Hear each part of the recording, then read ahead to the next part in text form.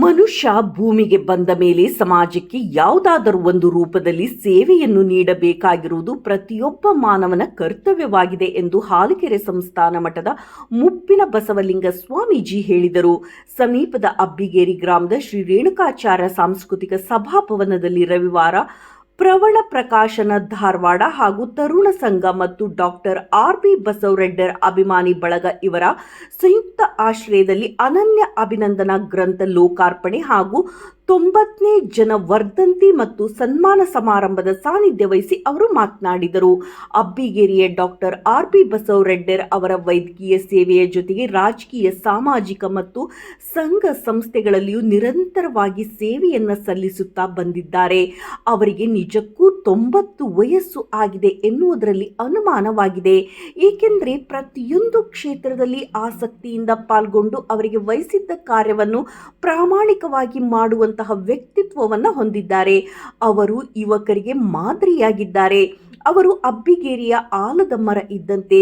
ಗ್ರಾಮೀಣ ಪ್ರದೇಶದಲ್ಲಿ ಅಂದಾಜು 50 ವರ್ಷಗಳಿಂದ ವೈದ್ಯಕೀಯ ಸೇವೆಯನ್ನ ಗೈದಿದ್ದಾರೆ. ಅವರಿಗೆ ದೇವರು ಇನ್ನೂ ಹೆಚ್ಚಿನ ಅನುಗ್ರಹ ಕಲ್ಪಿಸಬೇಕು ಎಂದರು.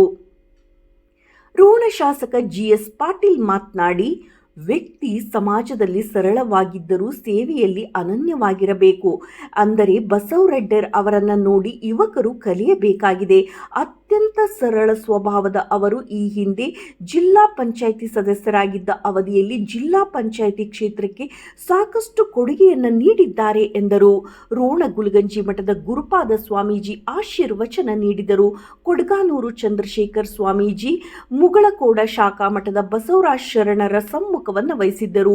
ಡಿ.ಆರ್. ಪಾಟೀಲ್, ನಿವೃತ್ತ ಪ್ರಾಚಾರ್ಯ ಬಿ.ಎಫ್. ಚೇಗರೆಡ್ಡಿ, ಬಸಯ್ಯ ಶಿರೋಳ್ ಪ್ರಾಸ್ತಾವಿಕವಾಗಿ ಮಾತನಾಡಿದರು.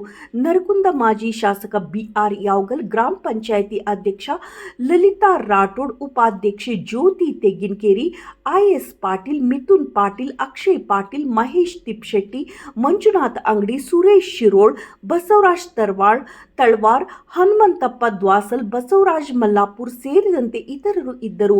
ಅಂದಪ್ಪ ವೀರಾಪುರ್ ನಿರೂಪಿಸಿದರು. ಬಸವರಾಜ್ ಪಲ್ಲೆ ವಂದಿಸಿದರು.